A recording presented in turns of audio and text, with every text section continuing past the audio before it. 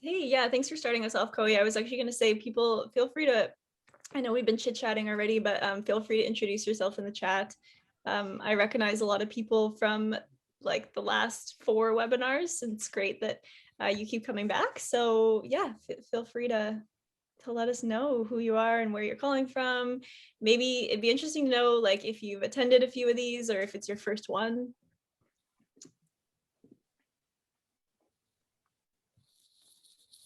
Hi, my name is Brooke, and this is my second webinar that I've attended. Can you guys hear me? Yeah. Yeah. Okay. Nice. So the first one I did with farm folk, city folk, was about CSA management. But I'm in Victoria, and I'm starting a CSA, and we're trying to do it zero waste. So I'd love any tips about that. Amazing. Nice. Yeah, I think actually Alys is gonna talk about that a little bit, if I'm not mistaken. um, and great. Thanks for being here. I'm just noticing actually it's 6:01, so we're already kind of well on our way. So maybe I'll get started. And yeah, people might just trickle in. So Chloe, if you could kind of just keep admitting people as they come in. So welcome to, this is our 5th webinar in our CSA webinar series, and we are here to talk about unique approaches to CSA programs. And so I'm Emily, and I'm the engagement coordinator with Farm Folk City Folk. And if you haven't heard of us before, we work to connect, empower, and inspire people to strengthen BC's food systems. And we do that through a variety of programs, much like this strengthening CSA program. So, and Chloe Taylor is here as well. She's our communications coordinator at Farm Folk City Folk, and she's here to help us out. So yeah, as I was saying, we're kind of nearing the end of this webinar series. So we actually only have one more coming up, and I encourage you to take a look at some of the links that Chloe's going to pop into the chat, and maybe you can catch the last webinar as well. So I'm going to go over a few things just before we get to our presentations, but first I'd like to acknowledge that I'm joining in on this call tonight as a settler and a guest on the traditional, ancestral, and unceded territories of the Musqueam, Squamish, and Tsleil-Waututh nations. And we do have people joining us today from across BC, so I'd like to acknowledge the traditional caretakers of those lands as well. And I invite you to let us know in the chat which traditional lands you are calling in from. The work that we do at Farm Folk, including this strengthening community supported agriculture program, promotes a food system that was not traditionally adopted by these nations. And many communities still rely on their traditional food systems. So it's important that we promote the protection of those food systems as a part of our work. And I invite and encourage you to learn more about which nations' unceded lands you are on and what food sustains them. And we are joined tonight by a couple of really awesome farmers who will be speaking. First, Arzeena from Amara Farm is here, and thanks for the wave, Arzeena. Arzeena and her husband Neil manage Amara Farm, a 26-acre certified organic vegetable farm, fruit and vegetable farm in the Comox Valley. Their family moved to Comox in 2012, where they became the founding members of Merville Organics Growers Cooperative. And at one time, the co-op provided 150 CSA shares across the valley from 4 different farms. We are also joined by Alys, who is the co-owner of Ravine Creek Farm, a certified organic family-run farm in the Slocan Valley, where they actively farm 3 acres in mixed vegetables and hay. So I'm sure that everyone is pretty zoomed out and already familiar with a lot of this, but I just want to let you know that we are recording the event and that it's going to be put up on our website in probably tomorrow even. So I can send out that link once it's up. And during the presentations, if you could just please keep yourself muted to help eliminate any background noise, that would be great. And also we invite you to turn on your camera if you'd like to. It's always nice to see everyone's faces. I understand that not everyone's going to want to do that, and that's totally fine. But if you do feel comfortable, especially during our Q&A, then please do. And then also, if you're having any issues with Zoom, like hearing anyone, if you need to change which mode that you see everyone, just reach out in the chat and hopefully Chloe can help you out with that.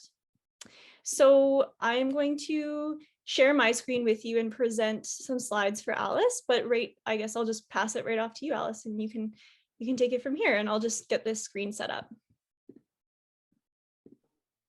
Sweet. Thank you, Emily. Hi, Arzeena. Nice to see you again. My name's Alys Ford. I run Ravine Creek Farm in the Slocan Valley, which is on Snite's territory in southeastern BC. We're just outside of Nelson, British Columbia. And I'm going to talk about zero waste CSA. So I don't do the slides yet. Is that correct? Am I seeing what everybody else is seeing? Okay, no, don't worry about it. I am actually having a hard time for some reason sharing them. My computer is telling me that I don't have access to it. Koe, are you able potentially to share it from your end? I don't know what's going on here. This has never happened to me before. Yeah, let me pull it up. I've got it here. Hopefully I won't have the same issues. Yeah, sorry about that. I'm like trying to figure it out, but oh. You guys are awesome for taking it on. I'm the one that's like, I can't deal with my own slides. Somebody else, please deal with my slides for me.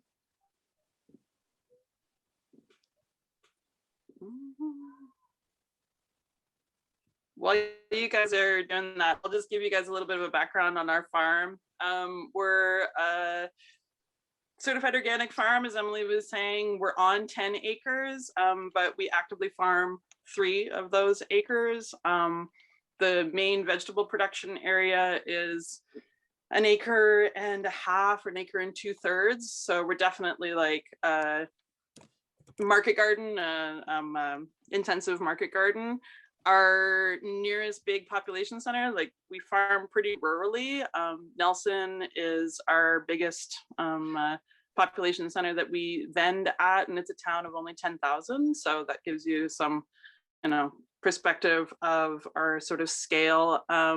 We gross about, I think last year was like 65,000 in a year. So again, that's sort of the range that we're working in.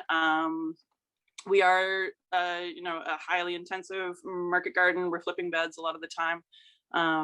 Definitely a lot of succession planting going on at our farm. And we last year ran a we've been running a CSA ever since we started 10 years ago.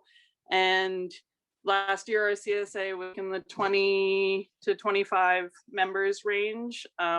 We, like so many of you, experienced that COVID bump in CSA, everybody suddenly wanting to get on the CSA bandwagon. So that was, a blessing, and it was a little extra work, but it was also a blessing. Thank you. I just sent my son to the barn to bring me. I was like, oh, I have prototypes I can show. Yeah, so CSA, our CSA is small. We're definitely, it's probably about 1/3 or even 1/4 of our revenue comes from our CSA. We've had it down as small as 10 shares, and then it can get as big, like I say, as 25 last year. And as far as running a zero waste CSA, early on, Eric and I both are just the kind of stubborn people that really, we were like, yes, we could maybe make more money if we made packaging choices, maybe there could be, profit in increasing efficiencies or boosting sales. And we made a conscious decision early on to just not go that route, right up to the point of doing things like we have chosen now for 10 years to not grow salad mix. And I think we're like the only one of our peers that doesn't grow salad mix, but we specifically didn't grow salad mix for 2 reasons. One, we both hate harvesting it. And the other is that it has to be packaged in a bag of some kind, or a clamshell. So we grow lettuce, we grow monster lettuces, and it's kind of our little niche, is just these, gigantic lettuces that aren't for everybody. Not everybody wants a lettuce the size of a baby. But those are the kinds of choices that we made early on. When I was thinking about talking to you guys about zero waste, I was kind of like, oh, look, there we are. That's me and Eric. I was laughing because I was like, well, I was telling Emily when we were getting ready for this talk, I was like, there's not a whole lot to say. We just don't do things. So I am going to try and tell you what we do, but truly what we do as far as zero waste is concerned is just to not do stuff. So these are the first couple of slides here are our production area. This is in the garden. I think we're looking at late season kales and lettuces. And truly, you know, when it comes to boxing up, we're going to see in a couple seconds here, our CSA bins, stuff just goes in the reusable bins loose. And that's just how it is. And it truly is how we've done it since the beginning with our CSA members, where they just deal. And that goes for loose sugar snap peas or carrots. You know, those are the kinds of things that you would imagine would go in some kind of a bag. And we really do. We portion them out. They're weighed at the packing station, but then they just get fired in the bottom of the bin. We have so far not had any complaints about it, but I know that it can be a thing where, okay, let's have a pause here. If we can't, don't worry about it because the slides are just gonna loop. But so this is me last summer going out to harvest cilantro. This is what my harvest setup looks like. I got my knife, and that little funny beige colored donut in the corner there is hemp twine. And that is one of our things that we don't do. We don't do elastic bands or twist ties. We made a choice early on to use hemp twine. It's organic hemp twine from Yugoslavia. And we cut off lengths of it and use that for, you can go to the next slide and see one of these bunches of cilantro. So that's what we do for all of our bunch stuff, gets tied with hemp twine. Does it slow us down? Yes, absolutely, it slows us down. I don't think it slows us down tons. It has been difficult in some ways to train staff on. It's not as straightforward as just handing somebody a bunch of elastic bands. So same thing, I'm bunching radishes here. I have a little stash of pre-cut twine in my pocket. Yeah, this is bunched spinach. So gigantic bunches of spinach tied up. Here we go. So this is a CSA box. We're getting into some slides of CSA boxes here. This is a share probably from June or July. All the bunches are done up with hemp twine, and you can see underneath the spray rack there is the blue, the ubiquitous blue Rubbermaid totes. That's what our CSA shares go out in. Our members this year, because of COVID, we actually said that folks weren't going to go home with bins, mostly because we didn't want to deal. Bins tend to go out and hang out sometimes in the ether and not come back for a while anyways. So that between that and feeling like people would have increased desires and needs around sanitation, we just decided to hang on to the bins this year. And so we asked our members to come with their shopping bags and unload right at the pickup point and leave the bin here. So we can advance to the next slide and just let them roll for a bit. So here's our setup. This is packing CSA bins. Looks like we've got some bunches of something getting ready to go in.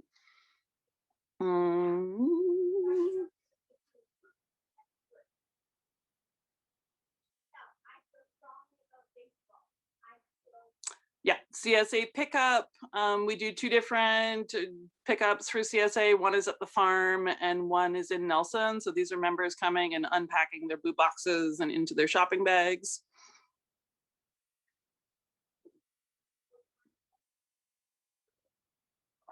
And yeah, another share from June or so. And as you can see, it's just, you know, it's just loose in the box.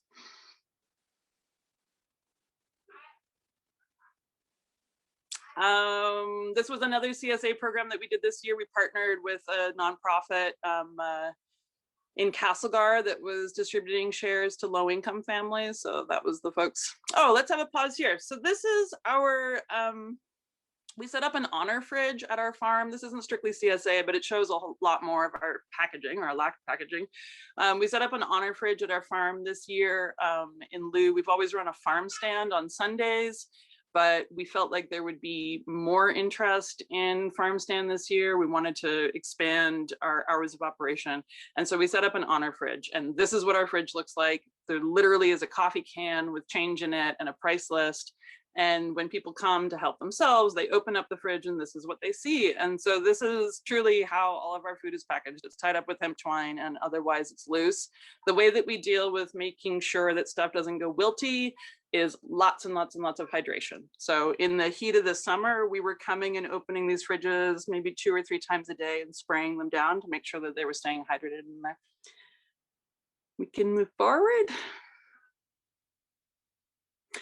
We agonized this year with COVID, wondering if we were going to have to, because we wanted to do this on our fridge thing. And same thing, this is our farmers market setup. We're really worried that, maybe there would be a need or a demand for things to go in lots of bags. We were willing if that was, if it came down as a public health order or something like that. But we, just because it's been this way for us for so long, we were really hopeful that we could maintain, we could find a way through with, customers feeling comfortable and with working within the health orders. In the end, it did work out, and we weren't required to put things in bags, and I'm relieved for that. So this is what our setup looked like all this past summer. There was social distancing at our market. You can't see that here, so people weren't all pressed up against it, but otherwise it was a perfectly standard setup. So lots of open bins. It's definitely, people ask us, they're like, well, isn't it faster? We do portion some things out. Sugar snap peas, when they're in season, I'll set them up in those little pint boxes, and then folks dump them. We use paper bags. So for sure, it does slow things down if you're, looking to hit a certain dollar figure and move the greatest number of people through your stand as possible. It will slow you down, but there are, I don't know, we do it anyways. Sweet, I think we're probably getting close to the end of my slides there. And I had some notes written down here about zero waste, and Emily, we can just let the slides roll around as I'm finishing up here. 2 areas where I feel like the waste stream shows up in CSA is packaging and field production. Don't need to go into field production too much, but it's also an area that we think about when it comes to waste on our farm. We recognize that the production tools that we use out there, like especially mulches, will make an enormous impact on the amount of waste that our farm generates. So we, again, have chosen for years to not use any kind of disposable mulches. We don't even use landscape fabric, except that we actually just went and bought landscape fabric for the first time ever a couple of weeks ago. We just bought some landscape fabric for a specific task. But otherwise, as you can see, we use all biologically based mulches, either compost or straw. So I'm happy to go into production tech method stuff if we want to, but in terms of the packaging for CSA, you're looking at like bags, ties, bands, clamshells, boxes, and shopping bags. And those things on our farm, we've replaced either with nothing at all, and just have them loose, or we've replaced it with hemp twine, paper bags.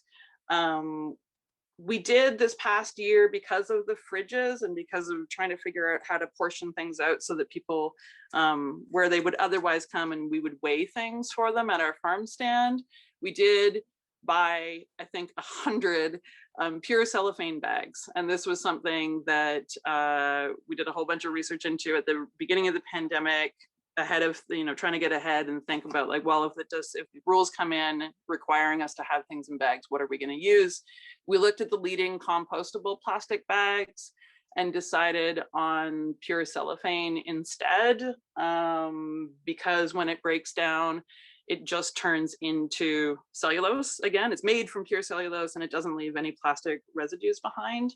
And then we also have these charming homemade boxes, which are really very ridiculous, but they're made from recycled or reused rather cardboard. I made them myself a few years ago. We get tons of comments on them. They don't go away with people. I think I made about 100 of them.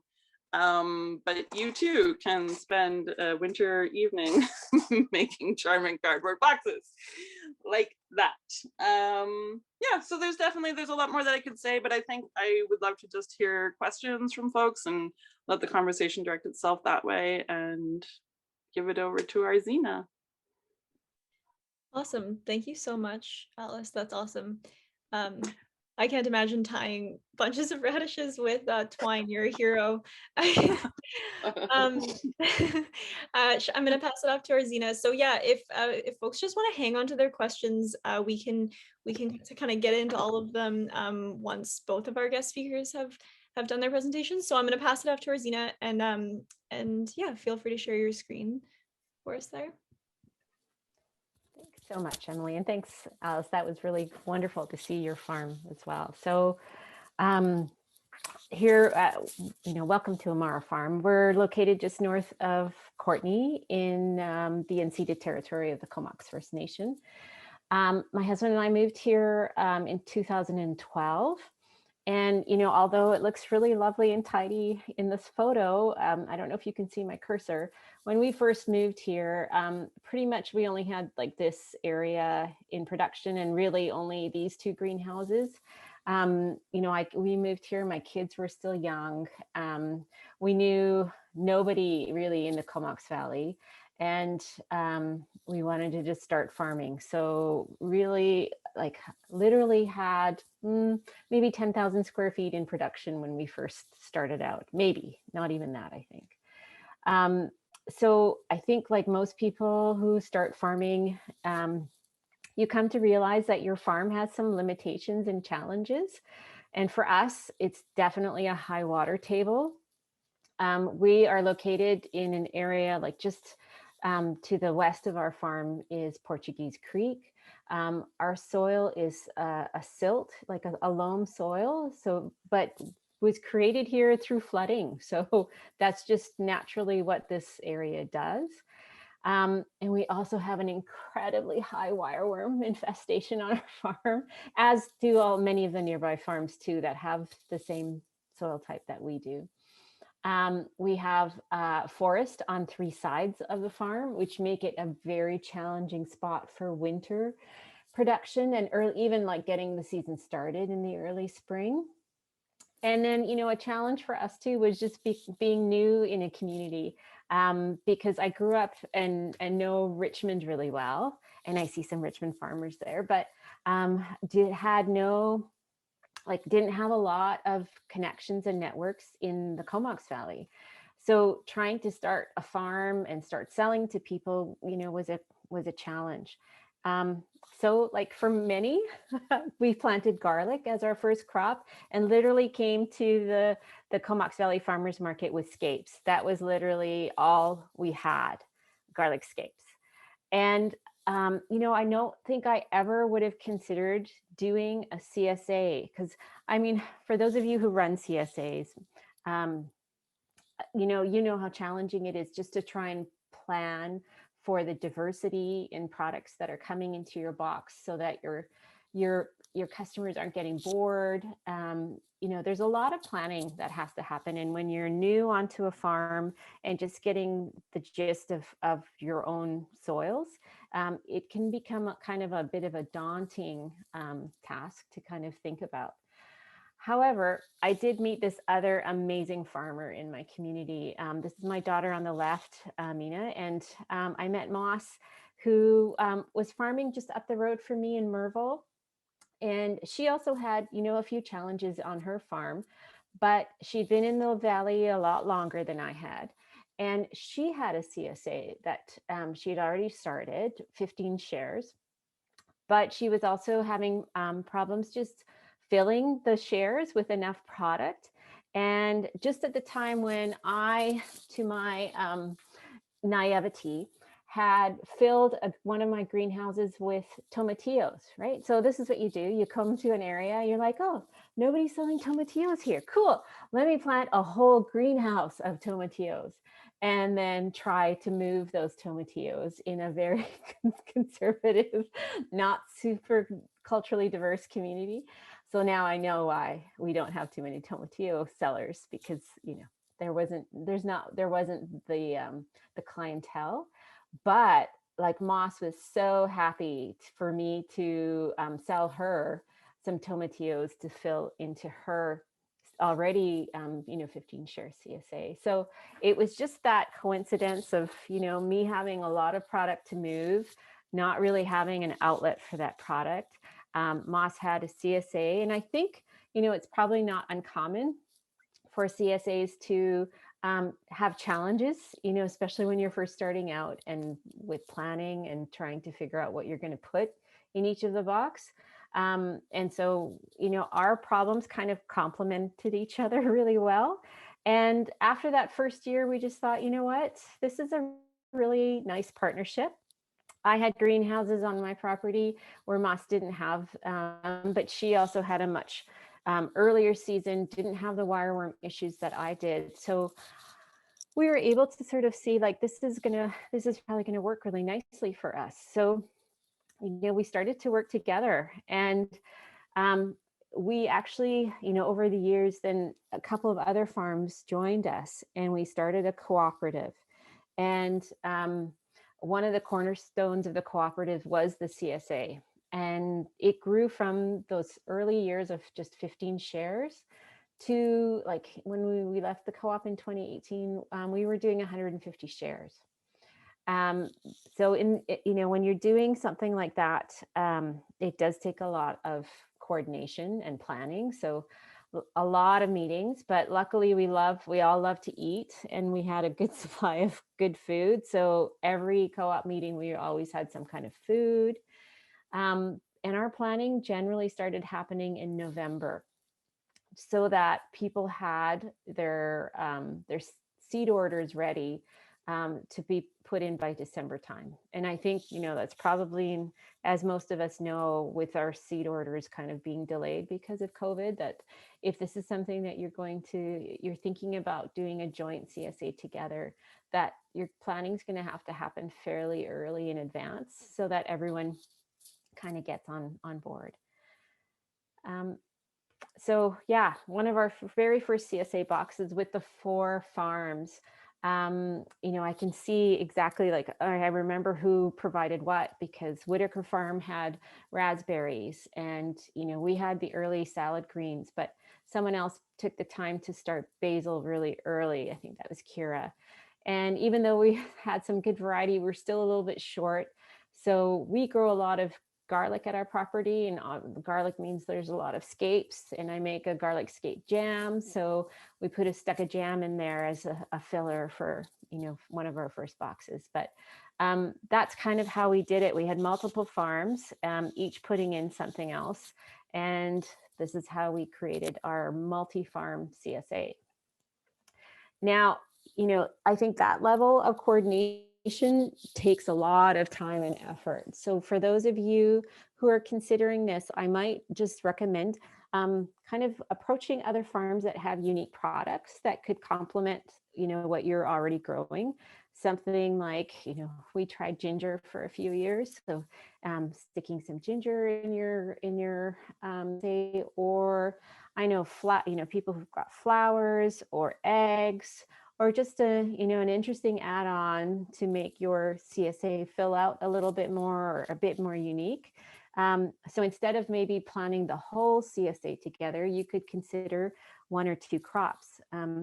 We have an acre of blueberries, and we are happy to work with other farms on their CSA by selling them, quantities of blueberry pints to give out to their CSA members. So that's another way that we cooperate with other farms is when you have a fairly large quantity of one product, then that's the type of sharing we do with other farms. And as another enticement, one of the things that happened with our CSAs, because we had so many farms working together, there was an opportunity for us to take time off during the season, like at actual summer vacation. So this is a few years ago, but we took our family to Northern Ireland to visit Neil's family in August.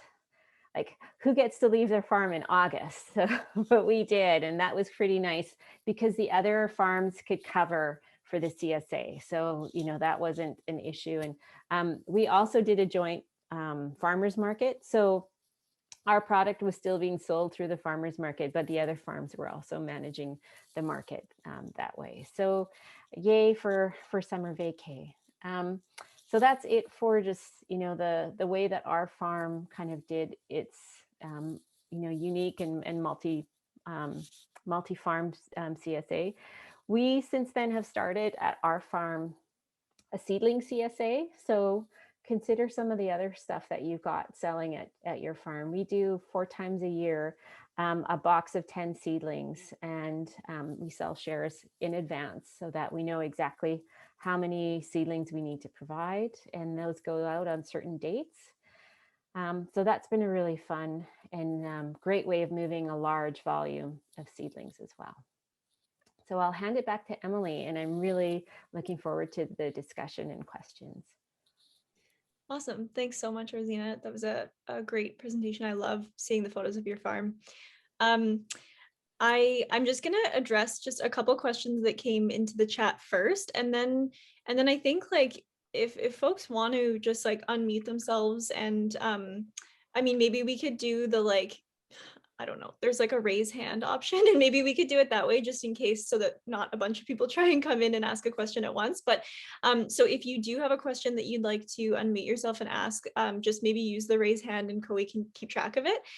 Just to start us off though, I am going to just ask a couple questions that did come into the chat during the presentation. So a couple of people were actually hoping, Alys, that you could talk a little bit about the production aspect of your farm. They did say if time was permitted, and but I know there was like a couple people asking, so maybe you could just talk about that a little bit. Yeah, I'm happy to. I did notice in the comments, we are transitioning to no-till. We started doing trials with no-till 3 years ago.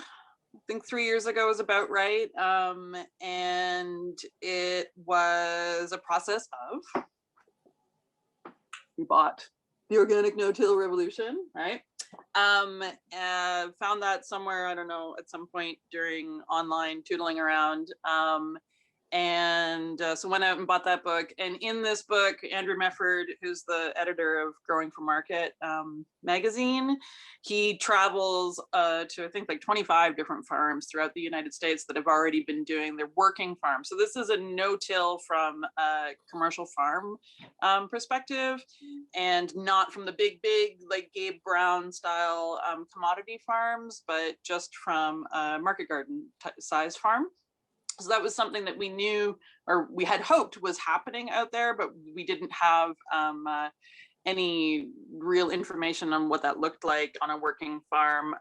We took literally through like their website and their Instagram accounts, we studied as much as we could 3 main farms in the state: Singing Frog Farms in sort of Napa Valley, California area, Four Winds Farm, which is in Maine, and then Frith Farm, which is also in Maine. Singing Frogs and Four Winds have both been doing no-till on a small scale for 25 years. So we were really, really excited about looking at those farms. And truly it was like their Instagram accounts and whatever we could find on YouTube. Anyhow, there's also a wonderful website to the no-till grower folks. It's a forum, and then they also have a podcast.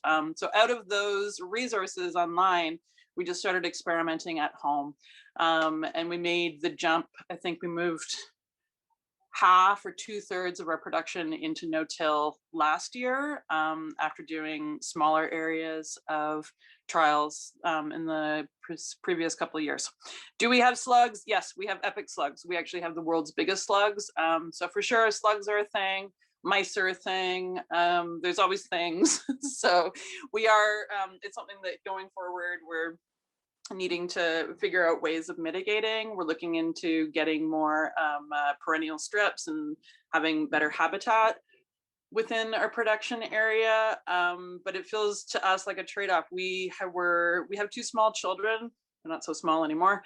I'm the main weed person manager on the farm, and I'm the one that leads the crew and all of the weed management. And our smallest person is 4 this year. And during that gap year where I was pregnant and then had this new baby and wasn't out in the field as much, when I came back to work in a big way, the weeds had just gone insane out there. And so I, in this moment of like, I'm gonna die, that was when I was like, we're really, really gonna dig into this no-till thing and see if we can make a go of it. So we felt pretty happy with how we were farming as far as like supporting biological life. It really was from a weed management perspective where I was like, these people, they're crazy. They say if you just stop. And so after reading the accounts of the two farms that have been doing it for 25 years, I was like, okay, we're going to try this. And again, it was one of those things where both the interviews that we read with them, they were like, I don't know. We just tried it because nobody told us not to. And when asked, like, well, what do you do? They're like, we just don't do anything. We just don't, like, truly, literally, they just don't till. That's like, well, how do you? No, you just don't till. You just stop. So it is, there's a like sharp, steep curve with the weed pressure in the first couple of years for sure. And then it steadily drops off after that. Yeah, more about our production. I think apart from the no-till kookiness, we're a pretty average organic farm in the types of things that we do. The one thing that I would like to add about the low waste or the zero waste, I've been on a couple of other farmer calls lately, and the most recent one that I was on, plastic was coming up a lot. And folks, there was just this sort of sense of futility about it, of like, well, what are you going to do? There's no way to get around it. And, we need these production tools in order to be profitable. Like, our hands are tied. I wish it wasn't this way, but what are we going to do?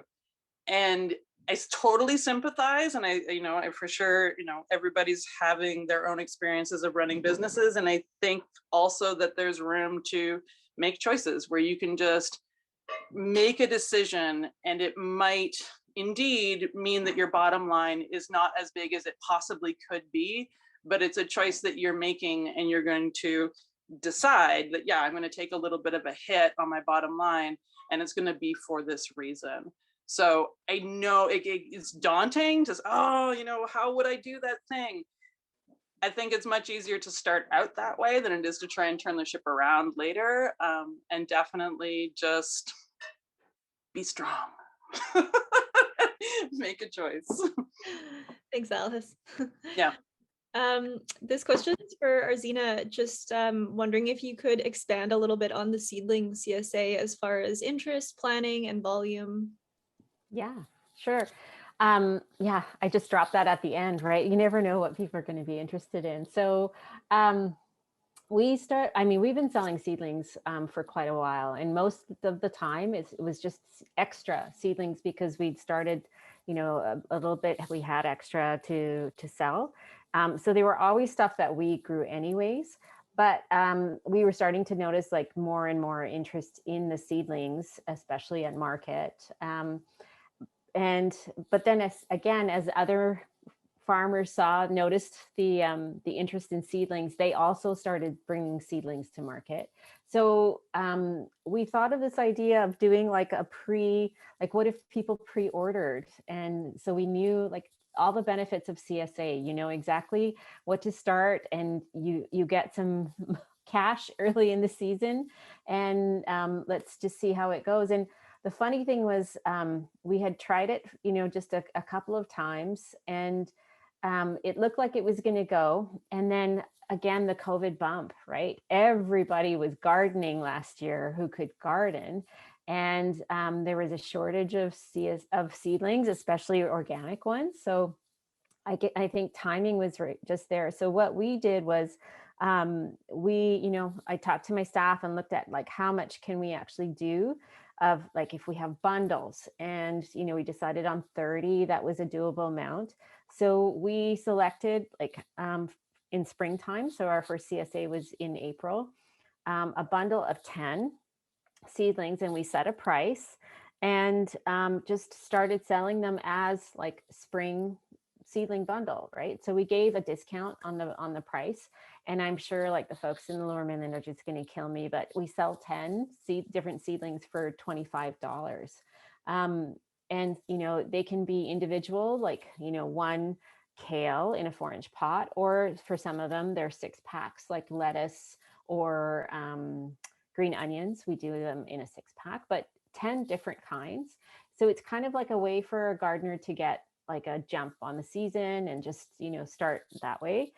And the first CSA sold so well and so quickly that we thought, okay, I think we're onto something. So we did one in May then. So early spring was like all the cool season stuff, your spinach, lettuce, onions, that kind of stuff. The May one will have all of the warmer season things, tomatoes, peppers, zucchini, cucumber, that kind of stuff. And then we do one in August, and that includes like all the late stuff that people forget to start the seeds for, like Brussels sprouts, overwintering, like purple sprouting broccoli, stuff like that. So that's kind of the draw for the August one. And then we do another one in September, and that is for like either late fall, or veggies you can keep going in through the fall. So again, more greens and stuff like that. So we do it 4 times a year. This year we bumped it up to 40 shares. And like when we sat down at the end of 2020 and we're just looking at what we were making, from all of the different line items. Number 1 has been garlic for a long time for us, so that wasn't a surprise. But number 2 was seedlings, and it was like, what? Like, how did that happen? But I guess, yeah, that seedling CSA was great for bumping up our revenue. It was substantial enough that we took notice, and now we are starting seedlings like nobody's business. And people, we sold it mostly, I think, I still have a list of people who sold from last year, so I just let them know. But on Facebook, we do a lot of sales of items here in the Comox Valley. Facebook's a big thing. Instagram, not quite as much. So that's how we sell our shares. And yeah, it's been great.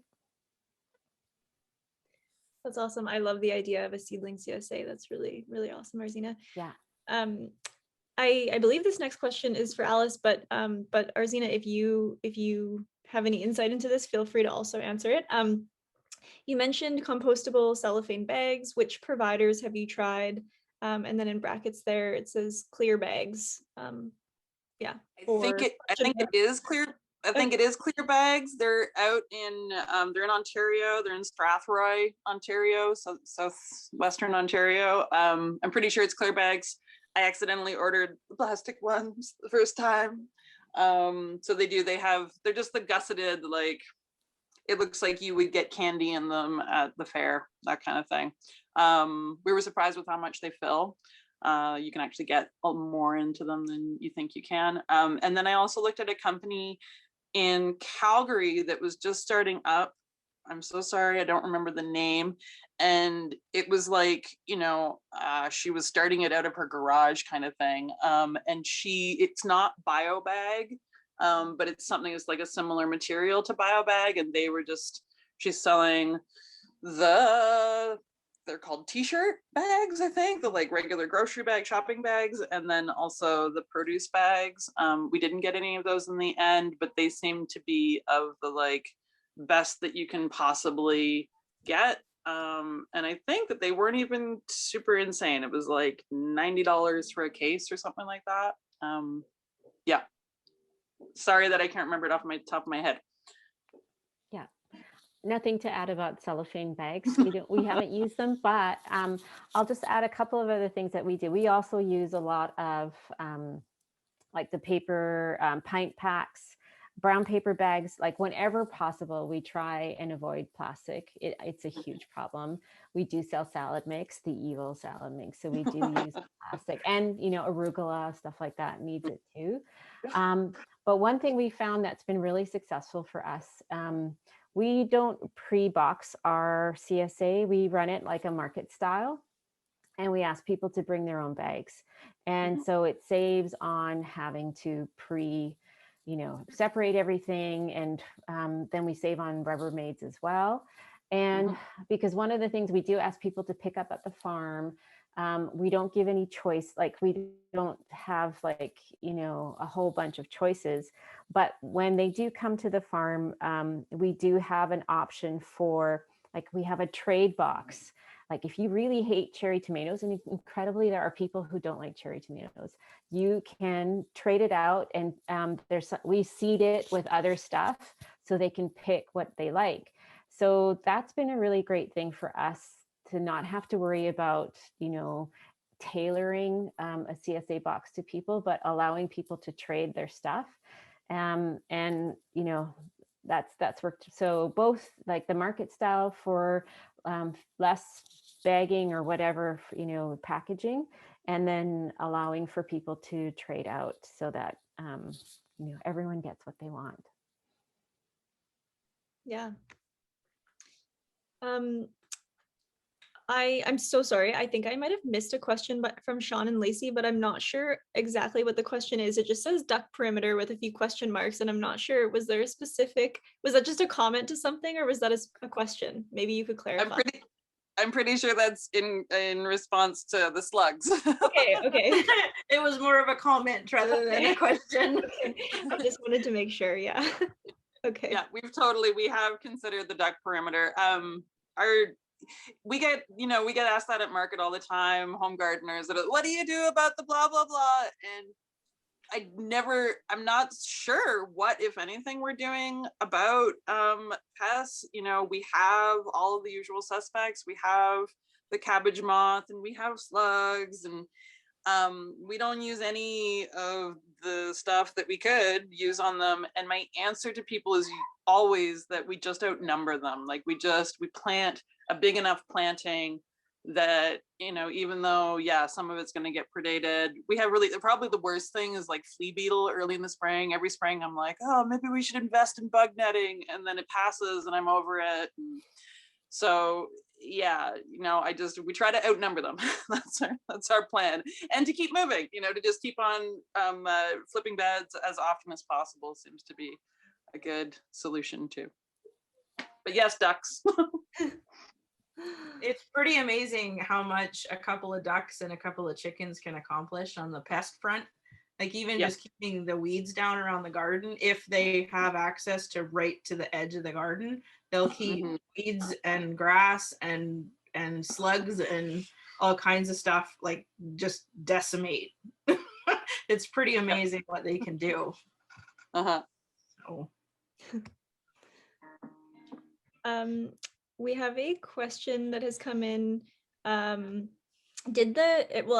question is, did the question about approaches to smaller CSAs get answered? I must have missed it, but maybe if this person would like to pop on and just clarify what they mean by that, and if there is, if you have like a more specific question, feel free to pop on if you feel comfortable doing so.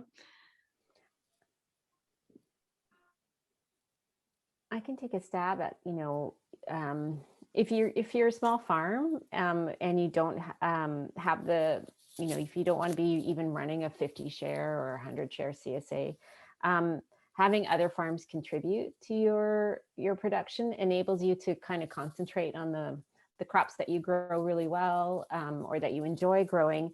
Because I know when we first started, I think we were growing 60 plus different varieties and different types of vegetables. And it was just a lot and too much. And I could never grow black radishes, like, to save my life. So it just wasn't happening for us. But, so-and-so down the road could grow that, and buying it from them enabled us to just concentrate on we could grow what we could grow well. So that might help answer that small CSA question. Like if you only have a limited space, or if you only want to put a limited number of CSA shares, partnering with other farms enables you to kind of have a bit of sanity and not having to kind of plan for all of these, as like during the season, having to constantly have something new so that your customers don't get bored. Buying in stuff from other farms is one way to really sort of boost that. We've only ever had a really small CSA, and I was sort of like, I don't know, I don't get the question. I think we probably, the way that, when I think about it, I'm like, oh yeah, right. we make it work because it's not our only income stream. And so we have other ways of dealing. We can grow a stupid abundance of a particular crop and not worry that like, oh no, we've got too much of this or too much of that. So it definitely, both ends of the business work as excellent buffers for each other. They're very complementary. We prioritize the CSA. They get the kind of the cream of the crop. If we have a limited run on things, we'll make sure that the CSA gets that super deluxe thing. And we do, like, we organize our crop plan too, so that we may, plant eggs like broccoli. You can't ever take enough broccoli to the farmer's market. It's going to sell no matter what. So we grow tons and tons and tons of broccoli, and we'll take that to market. And our market table may not be super diverse, but that's fine because it's market. So really, it doesn't matter. So yeah, they both have this nice buffering to the other. And if we have, we try not to dump on our CSA members too much. If we have an overabundance of kale, we try not to weigh them down with it. But definitely, there's always too much eggplant at some point in the season. And so we're like, yeah, well, it's eggplant week in the CSA. So yeah, that I think is like Arzeena is saying, is sort of like, diversity is the key to having a small CSA. Different ways of working it so that you're not trying to just do it all out of your one farm. Yeah. And I would say similarly, it's interesting that we do the same thing. Like the CSA is prioritized when we have a limited run. Like we are doing ginger again, but I'm looking at it for the CSA. It's like one of the special things they'll get. So that's one nice way. And also similarly, we have farmers market, we do wholesale as well. So we can get rid of volume, through those outlets. And so the CSA also is not our only income stream of the farm. Yeah, thanks. And hopefully that answers your question there. This is a question for you both. Do you use seedling trays or soil blocks? Any feedback on either? I started off using soil blocks. I was a very committed soil blocker. And then I think when we passed, 3,000 seedlings to start, it was just getting too much. We started with the trays. It was just like the volume of soil mix we were going through was a little bit ridiculous. So, and it was just faster. Apologies. We do reuse all of our seed trays like over and over again until they're practically like falling apart. And before we send them to the landfill. So yeah, we don't do that strict like new seedling trays. Yeah. We started out doing soil blocks, and I would, like, our volume is still small enough that I definitely would. Our seed starting situation is pretty comical for a commercial farm. We do all of our own seedling production in-house, but truly we have a 3-foot deep, 12-foot long little cold frame off the front of our home that we have a door that we can open up, and that is where, and it's got 2 levels of racks in it, and somehow it all just magically works, and we rotate it through. Anyways, so no, we just don't have the space. We don't have the heated space. So the choice that we've made is to go with the trays. Our trays are like that pair of undies you've had for a really long time. Like they are so, and we have trays. Some of them we inherited with this farm when we first came to farm here. So they're like 15 years old. Yeah, at one point when we expanded production, we had to go and buy more trays, but otherwise these are the same trays. They're definitely getting a little ratty. And it's not, we'd like to at some point maybe move to soil blocks, but yeah. Awesome, thanks.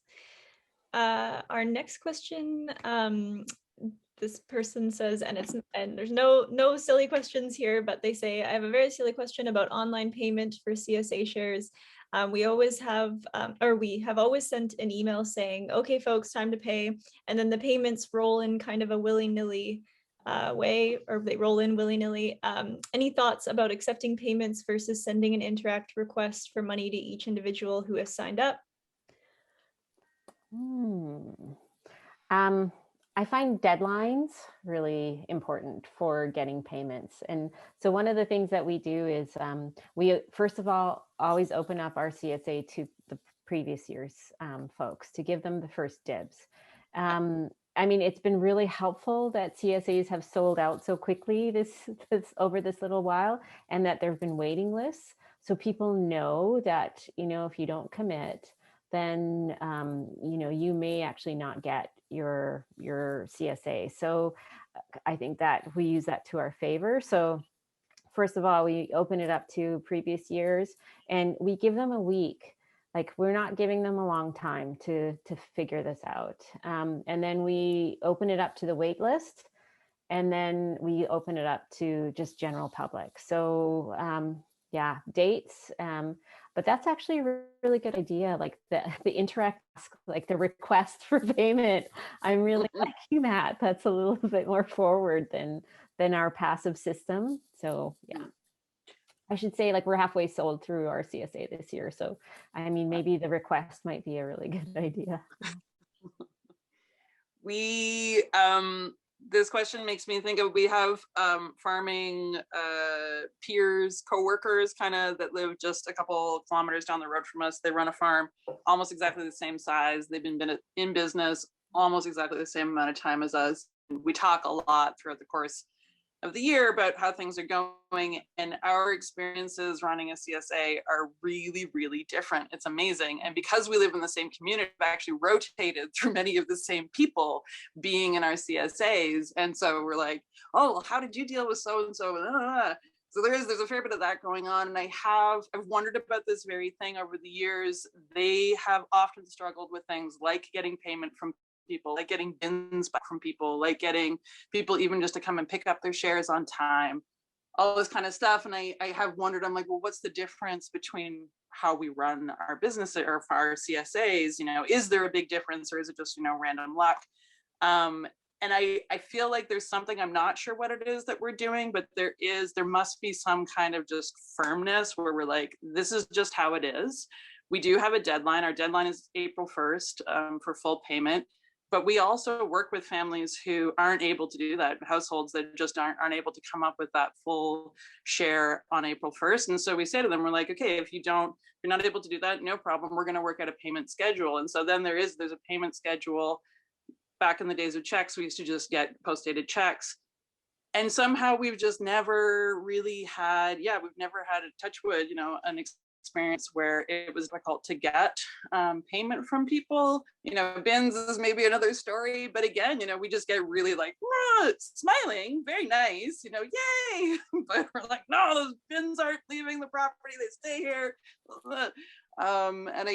So I think, you know, being direct and just being you know, really gently confident about this is what it, you know, this is when the payment is expected. I don't know if that answers your question, but I have a feeling like there's some folks on the call who also run CSAs that chime in if you've got experiences on payments. I mean, that's a perennial problem, but yeah.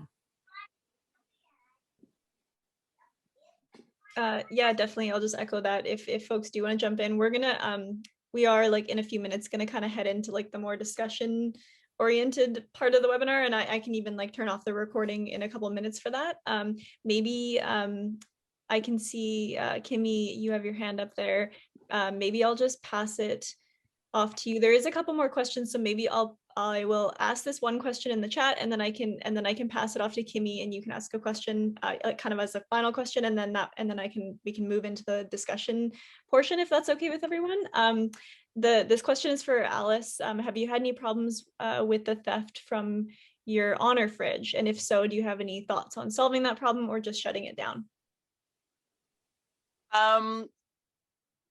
Our community, like I said, the nearest big community is, you know, small town of 10,000 that's over an hour away. Where we live right here, you know, there's maybe a couple hundred folks. So it's very, very, very rural.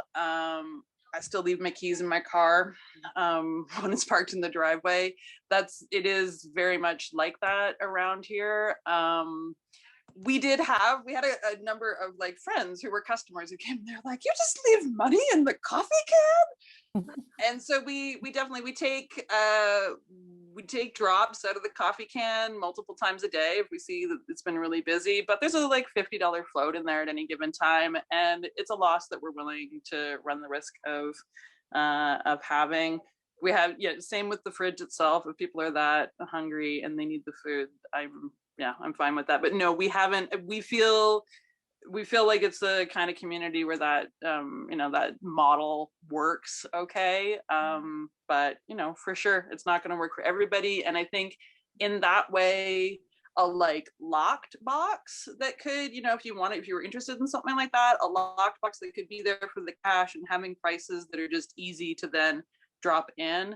Our friends over in Salmo, who also actually inspired us with their self-serve farm stand, they had a whole thing where they were able to use a tablet bolted to the wall with Square on it, where people could actually pay with Square. We started also with folks, we told them that if they wanted to pay by e-transfer, they could. Yeah, they just wrote down their name on the sheet with their email address and that they were going to send us the e-transfer, and that way if they forgot, we could let them know. It's a small enough community that we get to know people, and so we have a personal relationship with most of our customers. Awesome, thanks. Yeah, and I'm actually just gonna turn the recording off now, just for like the last 30 minutes, just so